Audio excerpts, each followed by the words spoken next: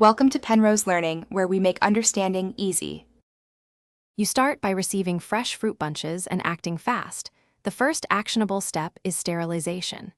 You load the FFB into the steam sterilizer and run at 120 degrees C for 1-2 hours to halt lipase and loosen mesocarp from the bunch. Once done, drain steam and let the bunches cool for 10-20 minutes so handling is safe.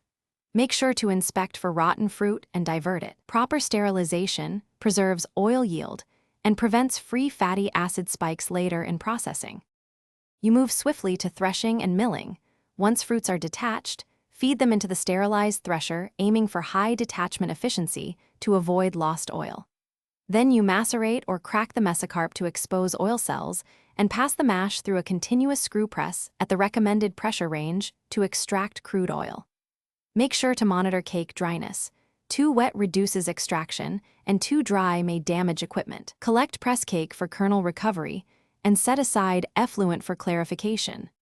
You finish by clarifying and stabilizing the crude oil. First allow settling tanks for bulk separation, then use a vertical centrifuge to remove residual water and solids, because lower moisture prevents hydrolysis. Once clarified, dry the oil to under 1% moisture and filter through fine media. Make sure tanks are stainless and kept around 20-30 degrees C to avoid quality loss.